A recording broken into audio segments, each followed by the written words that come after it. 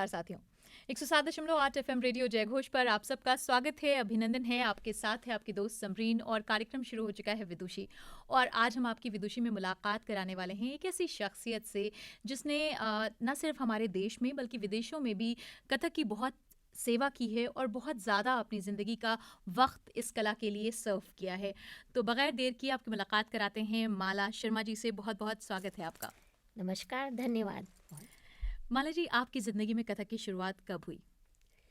मैंने कथक 12 साल की उम्र से सीखना शुरू किया हम्म, और जोगू दादा, जिन्हें जितेंद्र नाथ चटर्जी उनका पूरा नाम है, उनसे हम्म, मैंने सबसे पहले कथक सीखना शुरू किया। उसके बाद मैंने भातखंडे से हम्म, दीपा देवा जी से सीखा और हम्म, उसके बाद मैंने सुभाष दीक्षित जी से हम्म, और उसके बाद मैंने निपुण पूर्णिमा पांडे जी के अंडर में किया और हम्म, फिर मैंने परफॉर्मेंस भी दिए। और परफॉर्मेंस तो मैं शुरुआत से ही, जब मैं थर्ड ईयर में थी तभी से मैं देती रही हूँ सोलो।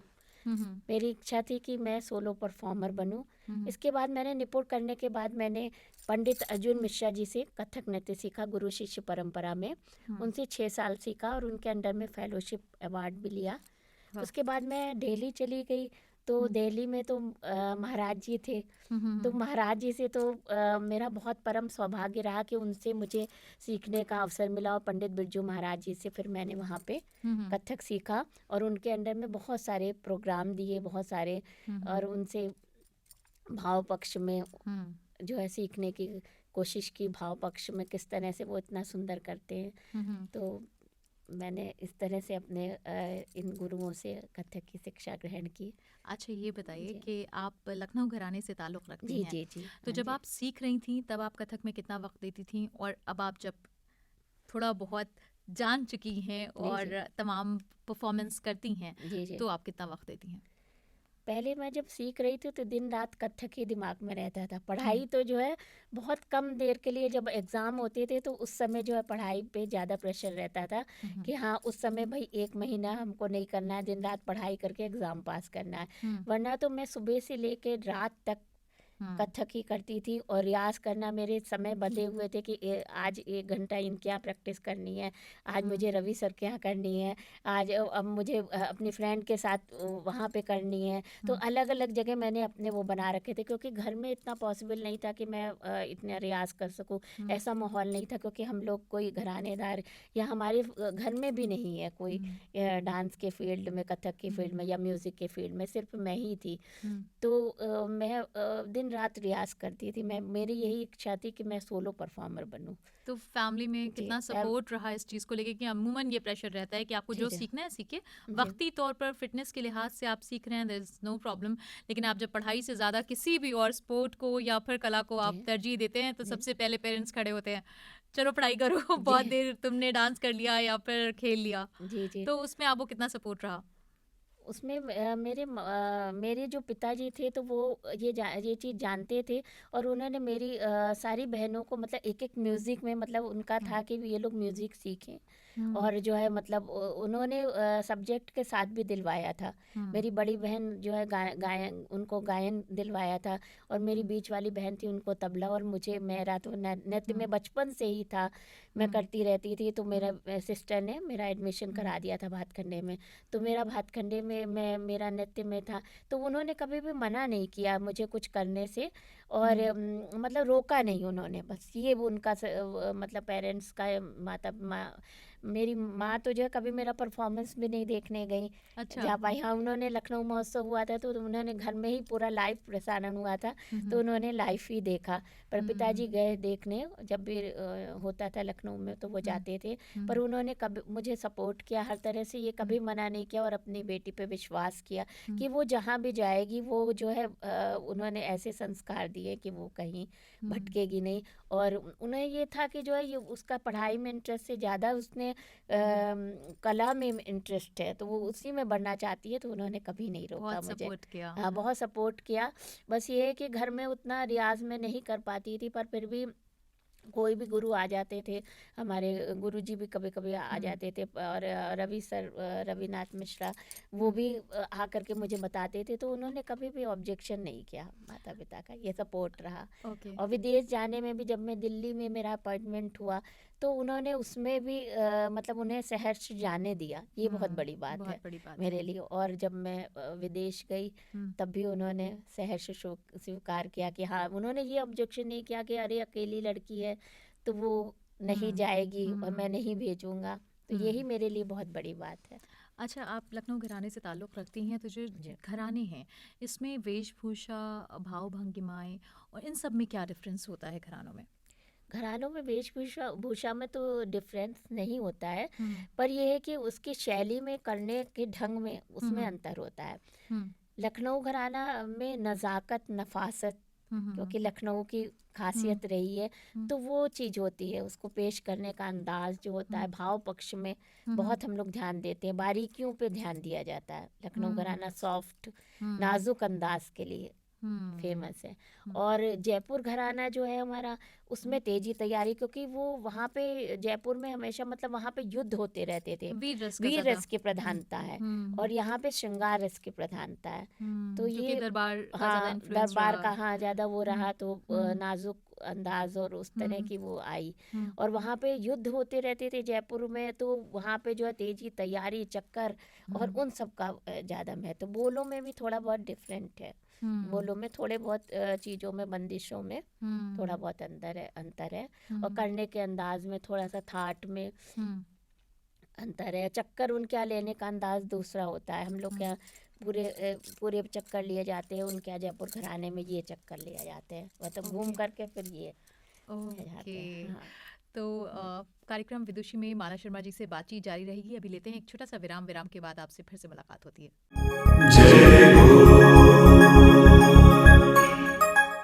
विराम के बाद आपका फिर से स्वागत है। बातचीत हो रही है कथक पर और हमारे साथ इस वक्त मौजूद हैं माला शर्मा जी। आपने विदेश यात्राएँ भी की हैं और वहाँ पर लोगों को सिखाया भी है। तो बाहर विदेशों में आप किस तरह का एंथुसियाज़्म देखती हैं लोगों में अपनी कला को सीखने के लिए?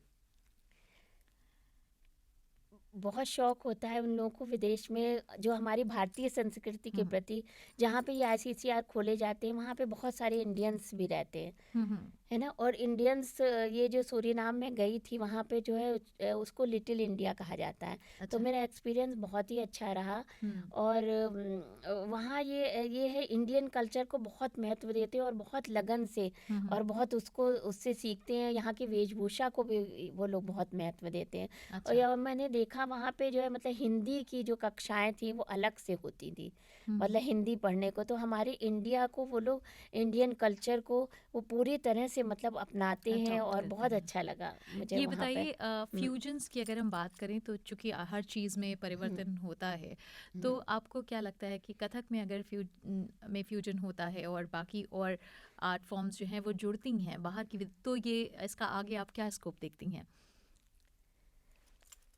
जैसे सोशल फ्यूजन, मीडिया पे आप हाँ देखती जी, हैं हाँ कि अब जी, प्योर हाँ शुद्धता हाँ। नहीं रह जी जाती जी है जी जब जी, आप हाँ फिल्मी गानों पे डांस कर रहे हैं तो उसमें हाँ। और मूव्स भी आते हैं कथक जी के जी जी जी, साथ-साथ। इस चीज़ को आप कैसे देखती हैं? मैं तो यही कहूँगी कि जो अपनी मूल संस्कृति, जो इसके कथक की जो हुँ, बारीकियाँ हैं, जो उनको जो है बचा करके चलना चाहिए, हुँ, जो हमारा वो हुँ, है ना, कथक का। और आप फ्यूज़न कर सकते हैं, करें, हुँ, पर हुँ, जो है उसका ध्यान रखें कि जो अपनी इसकी सीमाएँ हैं उनको हुँ। ना लांघें। शुद्धता से हाँ, छेड़छाड़ ना शुद्धता से, करें। हाँ, छेड़छाड़ ना करें, हाँ, ओके। ये वही है। बताइए हुँ। आप बाहर आपने यात्राएँ भी की हैं और साथ ही साथ आपने इसमें बहुत वक़्त दिया है कथक में। जी। कैसे अपने लिए वक़्त कब निकालती हैं आप?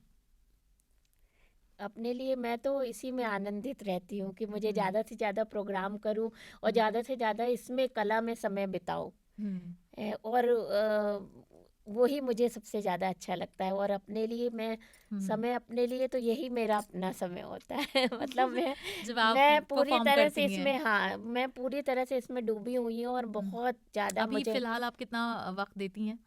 अभी तो मुझे थोड़ा घर का भी, और बच्चियाँ मेरी 2 हैं, तो उनको जी। भी देखना पड़ता है। हाँ, हाँ। उनका हर चीज़ ध्यान रखना है, स्कूल भेजना है, हर काम हुँ, वो हुँ, करने हैं। हुँ, इसके साथ-साथ मैंने सिखाना कभी नहीं छोड़ा, और हुँ, मेरी सावरिया संगीत संस्थान मेरा है, हुँ, हुँ, इंस्टीट्यूट है, मैं बहुत सालों से वो कर रही हूँ। मैं हुँ, मैं जब विदेश गई थी 3 साल के लिए, उसके बाद मैंने हम्म, 2008 में अपना इंस्टीट्यूट खोल अच्छा, लिया था और वहाँ पे हम्म, बहुत सारे शिष्यों को मैं हम्म, सिखाती थी। संगीत भारती में तो मैं दिल्ली में सिखाती थी। हम्म, इसके अलावा मैं अपनी अपनी क्लासेस भी मेरी रहती थी हम्म, और अपना मेरा इंस्टीट्यूट चलता रहा है। हम्म, और अब मैं नोएडा में हूँ तो वहाँ पे भी वहाँ पे चल रहा है, मेरा इंस्टीट्यूट चल रहा है। हम्म, तो बहुत सारे शिष्य मेरे हम्म, सीख रहे हैं कथक, और एग्ज़ाम वगैरह सब दिलवाती हूँ उनको हम्म, और उनको पूरा कोर्स करवाती हूँ। तो मैंने जब मैरिज हुई तो आफ्टर मैरिज थोड़ा सा वो आता है, हम्म, पर मैंने मतलब बहुत जल्दी ही अपना ये सिखाने का तो मैंने शुरू ही कर दिया था। हम्म, उसके बाद मेरे परफॉर्मेंस और स्टूडेंट के परफॉर्मेंस भी होते रहे। हम्म, और अब मैंने मुझे बहुत ज़्यादा उससे करना है, हाँ, मतलब पूरी तरह से, क्योंकि अब बेटियां थोड़ी बड़ी हो गई हैं अब तो आपके मुझे पास ज़्यादा वक्त अब है। मेरे पास ज़्यादा वक्त है, तो हाँ, मेरा सारा समय इसी में मुझे लगाना है हम्म, और आगे बढ़ाने में इसको, कि अच्छे स्टूडेंट तैयार हों और अच्छा हम्म। मैं परफॉर्म कर सकूं, उनको भी परफॉर्मेंस दिला सकूं। माला शर्मा जी, जी अगर स्टूडेंट्स की बात की तो आपने तमाम देसी और विदेशी दोनों तरह के जी स्टूडेंट्स को जो है वो सिखाया है। जी जी जी एक आपके पास स्टूडेंट जब आता है और जब वो सीख जाता है, दोनों शख्सियत में क्या डिफरेंस देखती हैं? आपने तो उसको उस दौर में भी देखा है जब उसे नहीं आता था, तो जी उसकी जी। शख्सियत कैसी थी और सीखने के बाद क्या फ़र्क आता है?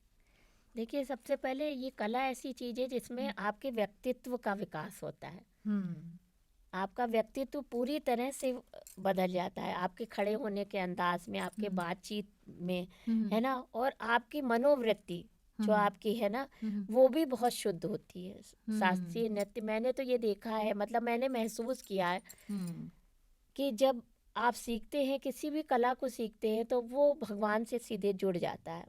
और हुँ, मैं तो बहुत जुड़ी हुई हूँ भगवान से। हुँ, मैं बहुत मुझे भगवान के ऊपर बहुत, ईश्वर के ऊपर बहुत विश्वास है और उन्हीं उन्हीं का हाथ पकड़ के चलती हूँ। हुँ, हमेशा वो मेरा हाथ पकड़ लेते हो, मुझे रास्ता दिखाते हो, मैं उस पे चलती रहती हूँ। तो जब वो व्यक्ति उसमें आता है तो एक तो उसका व्यक्तित्व विकास होता है, हुँ, दूसरा उसके बहुत ज़्यादा, जैसे किसी में बहुत क्रोध होता हुँ, है ना? तो वो क्रोध उसका शांत होता है।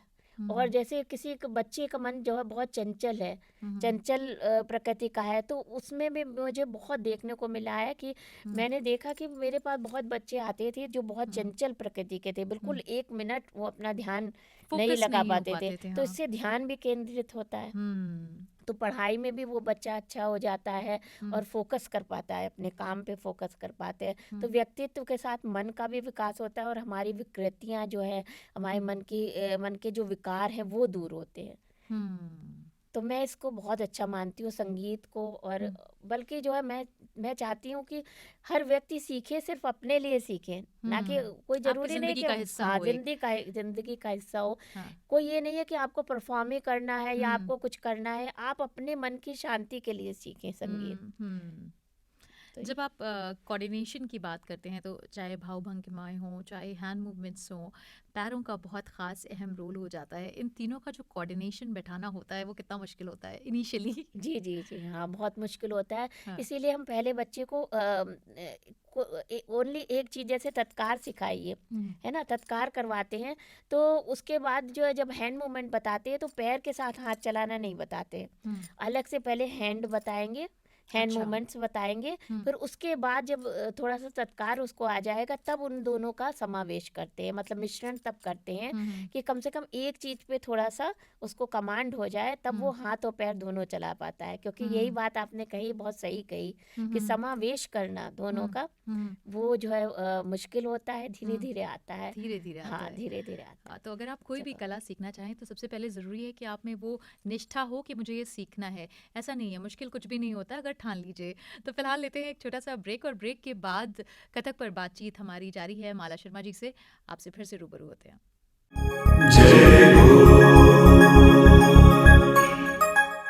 ब्रेक के बाद आपका फिर से स्वागत है और हमारे साथ इस वक्त मौजूद हैं माला शर्मा जी और हमारी बातचीत हो रही है कि अगर किसी इंसान का थोड़ा सा एक ब्रेक हो जाए, वो सीख रहा है, सीखते में ब्रेक हो जाए और उसके बाद वो कंटिन्यू करना चाहे तो वो कितना मुश्किल होता है, या फिर शुरुआत का अगर आपने प्रैक्टिस जारी की रखी है तो उतना मुश्किल नहीं लगता है। जी, जी, हम्म, बिल्कुल सही कहा आपने, हम्म, क्योंकि इसमें रियाज़ छोड़ देने पे बहुत पीछे चला जाता है। फिर अच्छा। से हाँ, फिर से रियाज़ करना पड़ता है, फिर हुँ, से उसको चीज़ें याद करनी पड़ती है, ध्यान हुँ, करना पड़ता है। तो ये हुँ, नहीं है कि उसका पूरा कुछ ख़त्म हो जाता है, ख़त्म नहीं होता है। हुँ, हुँ। बस ये है कि उसको फिर से पूरा करने में समय थोड़ा लगता है। यानी हुँ, कि अगर आप हाँ। बीच में ब्रेक ले रहे हैं, आप सीख रहे हैं कोई चीज़ और उसमें आपने ब्रेक लिया है, तो उसके बाद जब आप दोबारा कंटिन्यू करें, तो कोशिश करें कि उससे राब्ता बना के रखें जी, ताकि वो जी। पूरी तरह से आपकी ज़िंदगी से बाहर ना हो जी, जाए। जी, जी। माला शर्मा जी, बीइंग फीमेल आपके लिए कितना मुश्किल था? घर मैनेज करना, बाहर जाना और इसके साथ-साथ एक कला को ना सिर्फ़ अपनी ज़िंदगी में शामिल करना, बल्कि लोगों को भी इसके सिखाते रहना, कितना मुश्किल रहा ये आपके लिए? जी, जी। मुश्किल तो शादी के बाद ही होती है ज़्यादा। जी, ये तो है। आफ्टर मैरिज, ज़िम्मेदारियाँ क्योंकि आप पे जो है बढ़ जाती हैं। ज़िम्मेदारियाँ तभी बढ़ती हैं हुँ, और उस समय मैनेज करना बहुत आपको पेशेंस की ज़रूरत होती है उस हुँ, समय, कि आप घर भी मैनेज कर रहे हैं हुँ, और जो है मतलब सब चीज़ों को भी देख रहे हो और अपना रियाज़ है, अपने सिखाना हुँ, मतलब तो वो थोड़ा मुश्किल होता है। पर जिसमें पेशेंस होता है, जो हुँ, सॉफ्ट नेचर के हैं, जिनको क्रोध नहीं आता है, तो वो हुँ, बहुत अच्छे से इसको हैंडल कर लेते हैं। हुँ, हुँ। और जिनमें थोड़ा-सा वो होते मतलब मुश्किल तो है ही है। हुँ, हुँ, हुँ, इसके बाद में मतलब करना, हर चीज़ों को देखना और अपना रियाज़ भी और हुँ, फैमिली भी देखना, वो हुँ, थोड़ा-सा मुश्किल हो जाता है। पर हुँ, ये है कि अगर आप में लगन है और आपने करने की ठान ली है, हुँ, सबसे हुँ, ज़्यादा आपको हुँ, ठानना पड़ेगा कि मुझे ये काम करना है, हुँ, तो आप वो काम आपके लिए आसान हो जाएगा। बिल्कुल। आपके लिए बिल्कुल आसान हो जाएगा अगर आप इसको प्रैक्टिस में लाएँ और धीरे-धीरे ही सही, ज़रूरी नहीं जी, है कि आप जैसे ही जॉइन करें वैसे ही आपको आ जाएगा। धीरे-धीरे जी, जी। टाइम लगता है हर चीज़ के लिए। आप बताएँ कि जो स्टूडेंट आपको इस वक़्त सुन रहे हैं और सीखना चाहते हैं या जो महिलाएँ आपको सुन रही हैं और वो इस एज में जो है वो सीखना चाहती हैं कथक, तो उसके लिए वो किन-किन चीज़ों का रियाज़ करती रहें ताकि जब वो क्लास में जाएँ तो उन्हें थोड़ा ऑकवर्ड ना लगे कि नहीं ये तो बड़ा मुश्किल है, ये तो नहीं हो पाएगा हमसे? किन-किन चीज़ों का वो ख़्याल रखें? फॉर एग्ज़ाम्पल लेडीज़ जैसे मेरे फ्लेक्सिबिलिटी पास तो एंड ऑल। लेडीज़ भी हुँ, बहुत सारी आती हैं और मैं हुँ, कहती हूँ कि किसी भी एज में वो शुरू कर सकती है। हुँ, हुँ, उनको लेडीज़ पूछती हैं सब, मैं क्या इस एज में मैं कर पाऊँगी हुँ, डांस? हुँ, हुँ, तो मैंने कहा हाँ, क्यों नहीं कर पाएँगी आप? बहुत हुँ, अच्छा करेंगे। आप में बस सीखने की जिज्ञासा होनी चाहिए और हुँ, इसके लिए उनको थोड़ा-सा योगा भी हुँ, करना हुँ, हुँ, पड़ेगा और हुँ, जो है अपनी एक्सरसाइज़ वगैरह, जिससे कि मूवमेंट्स उनके बॉडी सॉफ्ट मूवमेंट्स हो, खुले, हाँ। बॉडी मूवमेंट्स आपको मतलब हार्ड ना हो बॉडी, हुँ, हुँ, मतलब हुँ, थोड़ा-सा मूवमेंट्स है ना, हुँ, तो उनको जो है इस तरह के अभ्यास मतलब थोड़ा-सा करेंगी अगर, या हुँ, योगा कोई व्यक्ति करता है तो हुँ, उसके लिए तो कोई हुँ, मुश्किल ही नहीं होगा कि हुँ, हुँ, डांस सीखने में। हुँ, हुँ, और मैं तो चाहती हूँ कि जो है लेडीज़ को भी आगे आना चाहिए। अब जब वो मैं आफ्टर मैरिज हो जाती है तो वो हुँ, सोच लेती है कि अब मैं कुछ नहीं कर सकती, मतलब हुँ, हुँ, मैं क्या करूँ, है ना? हाँ। तो उनको ये सोचना चाहिए कि वो अपने लिए भी जिएँ, बिल्कुल, मतलब तब काम ज़्यादा करते हुए। ज़रूरी है हाँ, क्योंकि हाँ। सारी ज़िम्मेदारियाँ हुँ, उठाने के लिए आपको हुँ। थोड़ा-सा रिलैक्स होना ज़रूरी है और वो और वो रिलैक्सेशन चाहे आप जो भी फ़िज़िकल एक्टिविटी करते हैं, उससे हुँ। बहुत फ़र्क पड़ता है। जी, लेकिन जब जी। आप किसी कला के माध्यम से करते हैं, तो आपका सेल्फ सैटिस्फैक्शन भी उससे जुड़ जाता है, जी, जी, जी। राइट? अभी आप जिम भी हुँ, जाएँगे, आप वहाँ फ़िज़िकल एक्टिविटी करेंगे, लेकिन एक वो भी तो बर्डन की कर तरह रहे ही हैं, होता है। लेकिन जब आप बर्डन का। उसको कला के माध्यम से करते हैं, तो आप उसको एन्जॉय भी करते हैं। एन्जॉय भी करते हैं और आपकी कितनी शांति आपको मिलती है। मुझे तो बहुत शांति मिलती है, हाँ, मुझे तो नृत्य करने तो से हाँ, बहुत शांति मिलती है। तो मनोरंजन और और जी, मेडिटेशन दोनों साथ होता है। दोनों होता है, योगा हुँ, भी है, ध्यान भी है हाँ, इसमें, हुँ, तो बहुत ही अच्छी चीज़ है। मैं तो चाहती हूँ कि ज़्यादा से ज़्यादा लेडीज़ इसको जो है मतलब करें हुँ, हाँ, और अपना एक अलग आनंद की प्राप्ति उनको मिलेगी और एक मतलब एक हाँ, शांति मिलेगी, उनको सुकून हुँ, मिलेगा। हुँ। तो बस जी, बहुत-बहुत शुक्रिया माला शर्मा जी, आप आई और आपने हमें इतनी सारी बातें बताई, इसके लिए बहुत-बहुत धन्यवाद। धन्यवाद। जय